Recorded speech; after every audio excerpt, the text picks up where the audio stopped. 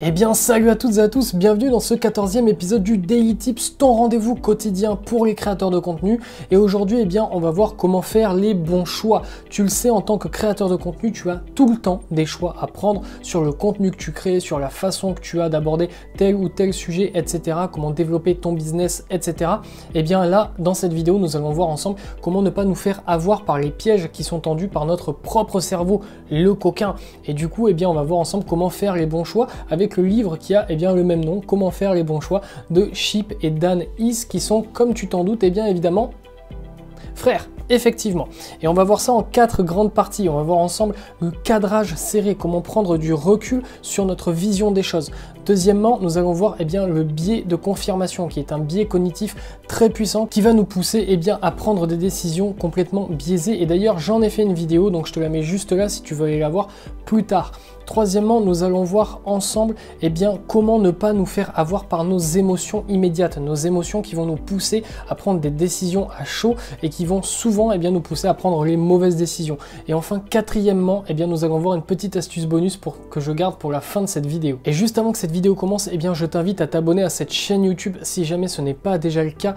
Ici, tu retrouveras tous les jours du lundi au vendredi à 11 h un Daily Tips, une vidéo consacrée aux créateurs de contenu basée en partie sur des livres. Donc tous les jours, on fait une sorte d'étude de cas sur un livre et moi je te donne mes petites astuces supplémentaires personnelles en tant que créateur de contenu moi-même. Et souvent, on aborde des livres en anglais. Alors c'est pas le cas aujourd'hui, mais par exemple le livre d'hier était un livre en anglais, donc ça peut véritablement te donner un avantage concurrentiel énorme sur tes concurrents, puisqu'au final tout le monde ne lit pas parfaitement l'anglais, tout le monde n'est pas capable de lire des livres en anglais toute la journée, et donc forcément si tu as les connaissances de ces livres qui sont souvent des pépites, tu peux prendre véritablement de l'avance sur les autres. Et dans la première partie de cette vidéo, nous allons voir ensemble le cadrage serré, le fait de se sentir enfermé dans une ou deux possibilités seulement au niveau de notre prise de décision. Souvent ce n'est absolument pas le cas, mais forcément notre esprit va nous enfermer là-dedans par un cadrage serré. Donc on va voir ça en 4 astuces différentes, 4 points qui vont te permettre de te sortir complètement de ce cadrage serré. Le premier point, ça va être de prendre conscience de la multiplicité des choix que tu peux avoir en réalité. La plupart du temps, tu vas avoir l'impression que tu peux seulement faire des vidéos YouTube. Mais si tu prends un petit peu de recul là-dessus et que tu te poses la question, est-ce que peut-être tu peux faire un article de blog, enfin faire un blog tout court, ou faire peut-être un podcast, ou aller plutôt sur les réseaux sociaux, etc. Au final, tu vas avoir ce cadrage serré de te dire que ton contenu, tu ne peux uniquement le faire que sur une seule plateforme. Mais si tu prends un petit peu de recul là-dessus, tu vas te rendre compte que toutes les plateformes peuvent être adaptées à n'importe quel contenu. Il faudra juste évidemment faire des petits ajustements en fonction de la plateforme que tu choisis. Deuxièmement, le test des options disparues. Alors le test des options disparues, c'est quelque chose que j'aime beaucoup. Par exemple, tu vas te dire, j'ai 2 possibilités, c'est soit faire des vidéos YouTube tous les lundis ou faire des vidéos YouTube tous les vendredis. Ok, c'est tes 2 possibilités. Le test des options disparues, ça va être tout simplement de virer ces 2 possibilités, de ne même plus y penser. Il n'y a pas de vidéo le lundi, il n'y a pas de vidéo le vendredi, et tu vas repartir à zéro. Et ça va t'ouvrir de nouvelles perspectives. Tu vas te dire, ok, peut-être que finalement je pourrais faire plutôt le dimanche mes vidéos, ou peut-être que je pourrais les faire le matin plutôt que le soir, etc.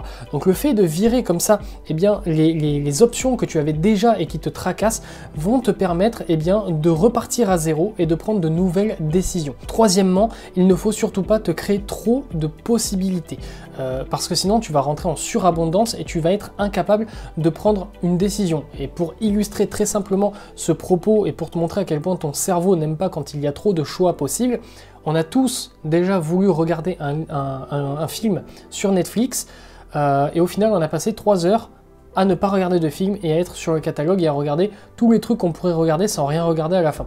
Tu vois ce que je veux dire? Parce que quand tu as trop de choix possibles, tu es incapable de prendre une décision parce que tu n'es pas capable d'isoler lequel est le bon. Donc surtout, ne te donne pas non plus trop de possibilités.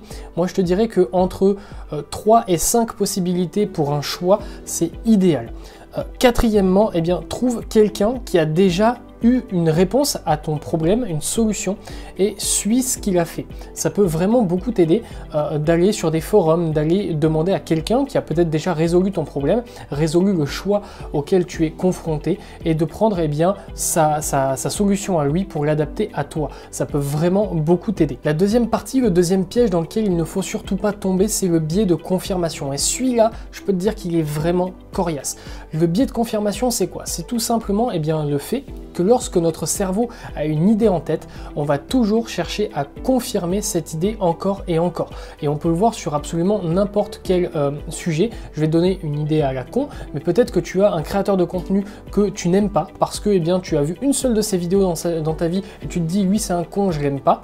Et au final, eh bien, tu vas tout le temps te conforter là-dedans. Tu vas jamais aller dans ta zone d'inconfort, aller regarder des vidéos de lui en te disant peut-être qu'en en regardant 1, 2, 3, 4 de plus, eh bien, je vais changer d'avis. Ça, c'est le biais de confirmation. Et on va voir ensemble eh bien, comment déjouer le biais de confirmation.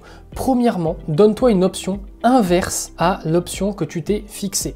Donc peut-être que ton option à toi, c'est d'écrire un article de blog tous les jours. L'option inverse, disons que ce serait d'en écrire un par semaine. Eh bien, base-toi sur cette option complètement inverse et creuse dans cette direction. Et peut-être qu'au final, eh bien, grâce à ça, tu vas pouvoir trouver quelque chose de bien plus intéressant plutôt que de te baser uniquement sur la création de contenu quotidienne. Parce qu'évidemment, ce n'est pas adapté à tout le monde. Et peut-être que toi, eh bien, tu as vu des youtubeurs, des créateurs de contenu en règle générale qui faisaient ça. Et du coup, tu t'es inspiré de ça et tu t'es dit, ok, ça c'est pour moi. Et tu t'es conforté là-dessus parce que tu regardais leur contenu à eux. Et forcément, eux, eh bien, ils vont t'en faire l'apologie. Et moi, je suis le premier. Moi, j'en fais tous les jours des vidéos, une vidéo du lundi au vendredi à 11 h, et du coup, eh bien, j'aime ça. Et donc forcément, eh bien, je vais te convaincre, ou en tout cas, je vais t'influencer dans cette prise de décision que de faire une vidéo tous les jours. Eh bien, peut-être que pour toi, c'est pas du tout adapté. Donc, prends l'inverse et creuse dans cette direction, et peut-être que ça va te permettre, eh bien, de prendre une meilleure décision. Deuxièmement, pose-toi des questions gênantes sur ta décision, sur ton biais de confirmation. Donc, eh bien, moi, par exemple, mon biais de confirmation, on va dire, c'est de faire une vidéo tous les jours. Eh bien, je peux me poser des questions gênantes là-dessus. Je peux me dire, oui, mais est-ce que je vais pas flouder les gens? Est-ce que ça va pas les saouler de voir ma tête tous les jours? Est-ce que c'est vraiment une bonne idée? Parce que ça me demande beaucoup de travail. Est-ce que, au final, la qualité de mes vidéos, elle n'est pas amoindrie par le fait que je fasse une vidéo tous les jours, et donc je peux moins bien travailler sur chacune des vidéos que si j'en faisais une seule par semaine, etc. Pose-toi des questions gênantes comme ça. Le but, c'est pas forcément de prendre au final une décision complètement inverse, c'est juste de remettre en question ton biais de confirmation, histoire d'être sûr que ta décision, tu ne la prends pas uniquement par ce biais-là, mais que ta décision, tu la prends véritablement en âme et conscience. Troisièmement, base ta décision sur des statistiques, sur des analyses concrète et pas uniquement sur ton intuition, sur ah ben un tel m'a dit de faire ça donc je vais faire pareil que lui. Regarde véritablement des statistiques. Pour reprendre l'exemple des contenus quotidiens, regarde des statistiques de gens qui le font. Est-ce que véritablement c'est intéressant ou pas dans ta niche, dans ce que toi tu veux faire? Regarde surtout ces statistiques là pour prendre tes décisions, comme ça au moins tu n'es absolument pas biaisé sur un comportement purement psychologique. Quatrièmement, eh bien, suis des experts. Alors ça, c'est la solution de facilité, j'ai envie de te dire, mais s'il y a des gens qui font ce que tu fais déjà et qui le font depuis très longtemps et qui le font très bien, eh bien, n'hésite pas à t'inspirer énormément de ce que eux ils font, parce qu'au final, eh bien, peut-être que c'est la bonne chose à faire s'ils le font depuis des années. Et enfin, cinquièmement, eh bien, fais un petit test. Tout simplement, si tu te dis que tu vas faire du contenu quotidien et que tu n'es pas sûr que ce soit la bonne décision à faire, eh bien fais-le pendant 2 semaines, ou fais-le pendant 1 semaine, ou pendant 1 mois, peu importe. Essaye et tu verras bien, eh bien si au final ça colle avec ce que toi tu veux faire. La troisième partie, le troisième piège dans lequel tu ne dois surtout pas tomber lorsque tu prends des décisions, c'est de te faire influencer par tes émotions immédiates. Et j'ai identifié 4 points précis qui vont te permettre eh bien, de prendre du recul, de prendre de la distance avec tes émotions lorsque tu dois prendre une décision précise. Premièrement, prends de la distance avec la méthode du 10-10-10. La méthode du 10-10-10, c'est quoi? C'est 10 minutes, 10 mois, 10 ans.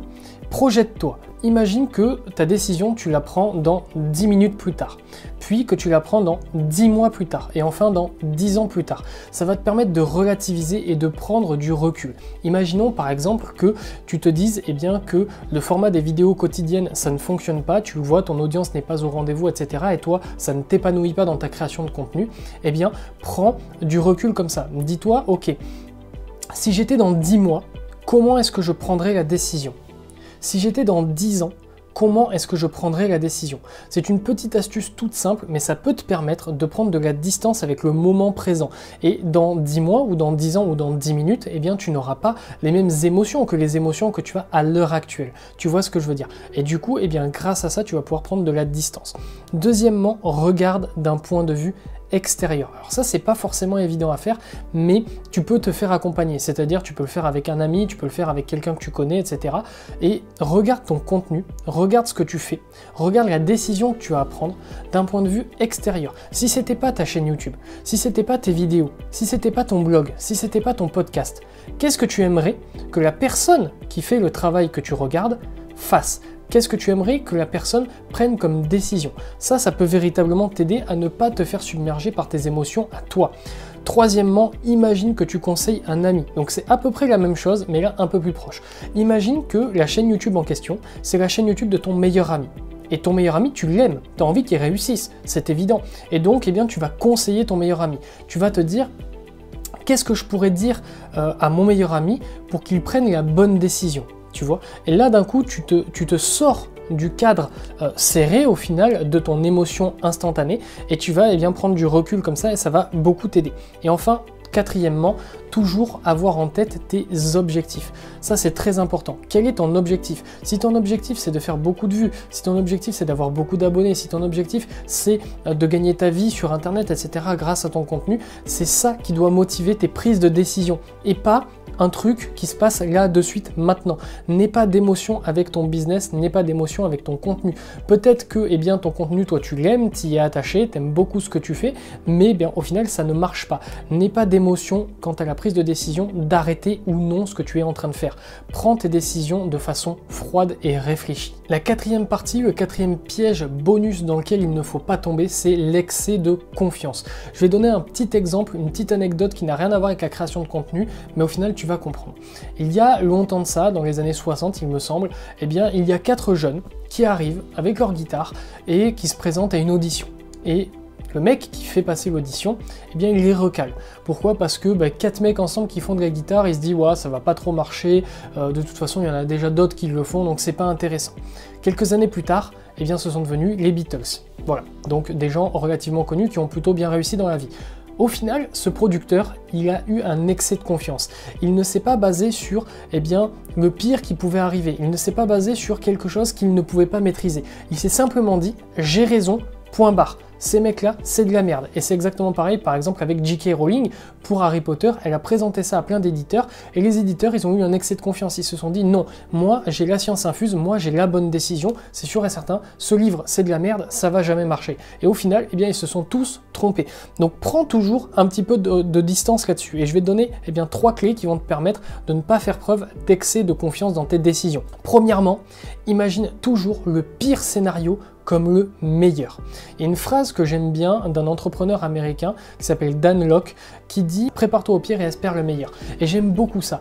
Il faut évidemment être positif, il faut évidemment espérer le meilleur quand on crée du contenu, il faut espérer que ça marche, etc. Mais il faut toujours se préparer au pire consciemment. Si ça marche pas, et si ma chaîne YouTube elle décolle pas, si mon audience finalement elle n'achète pas mes produits, et si etc. etc. Prépare-toi au pire, comme ça tu ne feras jamais preuve d'excès de confiance. Deuxièmement, imagine l'échec et demande-toi pourquoi ça a échoué.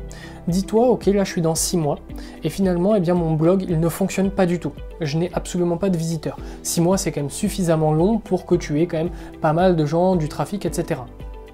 Au final, en 6 mois, ça marche toujours pas. Pose-toi la question, pourquoi ça ne marche pas? Ok, dis-toi là ça ne marche pas, pourquoi est-ce que ça ne marche pas? Peut-être que mon contenu il n'est pas d'assez bonne qualité, peut-être que mes articles de blog ils sont pas assez longs, ils sont pas assez étayés, peut-être que je n'ai pas fait de la bonne publicité, peut-être qu'il faudrait que je fasse plus de marketing sur les réseaux sociaux, etc. Peut-être qu'il faudrait que j'aille sur un réseau social comme Instagram pour promouvoir ma marque et ramener du monde sur mon blog, etc. Pose-toi ces questions, imagine que tu as échoué, ça y est. Et pourquoi est-ce que tu as échoué? Troisièmement, fixe-toi une deadline. C'est très important pour prendre des décisions qui ne sont pas basées sur un excès de confiance. Par exemple, eh bien, ton excès de confiance, c'est de te dire que de toute façon, ça va marcher. Ton contenu, de toute façon, il va fonctionner. Bon, ok, c'est très bien d'être optimiste, mais fixe-toi quand même la deadline de te dire que si dans 1 an, ça n'a toujours pas marché, eh bien là, c'est le point critique et il va falloir pivoter, il va falloir faire quelque chose d'autre. C'est très important d'avoir comme ça un point de repère précis dans le temps où tu te dis, ok, si ça n'a toujours pas fonctionné à ce moment-là, ça veut dire que ça marche pas. Ça veut dire qu'il faut que je prenne des décisions maintenant. Pour faire un bref récapitulatif de cette vidéo, premièrement, ne souffre pas d'un cadrage trop serré. Ne te cantonne pas à 1 ou 2 ou 3 possibilités qui ne te permettent pas de prendre une décision claire, nette et précise. Donc ce qu'il faut que tu fasses, c'est que tu élargisses tes options, que pourquoi pas tu vires ces options-là que tu avais déjà et que tu repartes sur des bases nouvelles afin de prendre une décision bien meilleure. Mais attention cependant, ne prends pas en compte trop d'options différentes, sinon tu vas être en surabondance et du coup tu ne vas pas réussir à prendre une décision parce que tu auras trop de choix possibles.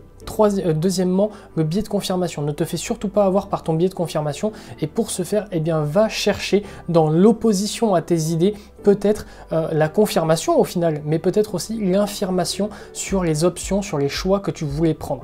Très important de toujours aller voir du côté adverse, du côté des gens dont tu n'es pas d'accord pour voir peut-être parce qu'il y a souvent eh bien, quand même des choses intéressantes à prendre et des choses qui vont peut-être changer ton opinion, changer les choix que tu allais faire ou peut-être les confirmer, peu importe. Troisièmement, ne surréagis pas en fonction de tes émotions immédiates. Prends toujours du recul sur les choses. Prends du recul en te mettant dans la peau de quelqu'un d'autre. Prends du recul en imaginant que tu conseilles un ami. Prends du recul en imaginant que tu prends cette décision dans 10 ans.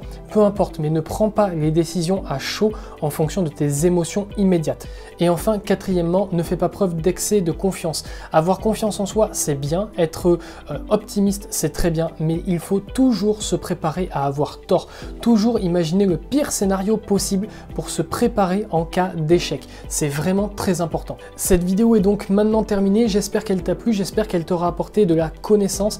Si jamais elle t'a plu, je t'invite à t'abonner à cette chaîne YouTube pour ne rien rater des prochaines vidéos. Ici, tu le sais, c'est une vidéo tous les jours du lundi au vendredi à 11 h précises pour la pause du déjeuner. J'ai voulu mettre cet horaire là, comme ça les gens qui travaillent ou quoi, eh bien ils peuvent regarder le petit Daily Tips du jour en mangeant tous les midis. Si la vidéo t'a plu, eh bien n'hésite pas également à liker, à commenter pour me dire ce que tu en as pensé, pour me faire ton retour, ton feedback. S'il y a des choses qui ne t'ont pas plu, eh bien n'hésite pas à me le dire, c'est très important pour moi. Les vidéos, je les fais pour vous, je les fais pour que tu puisses te développer. Donc moi, mon but, c'est de faire les vidéos de meilleure qualité possible. Donc n'hésite pas à me dire ce que tu n'as pas aimé ou ce que tu as aimé dans la vidéo. Comme ça, moi, ensuite, je pourrais m'améliorer dans ma création de contenu. Éventuellement, tu peux aussi partager la vidéo à un ami à toi. Ça fera toujours plaisir. En attendant, nous, on se dit à très vite. On se dit à demain vendredi pour la dernière vidéo de la semaine. Restez fort, restez focus. Tchuss!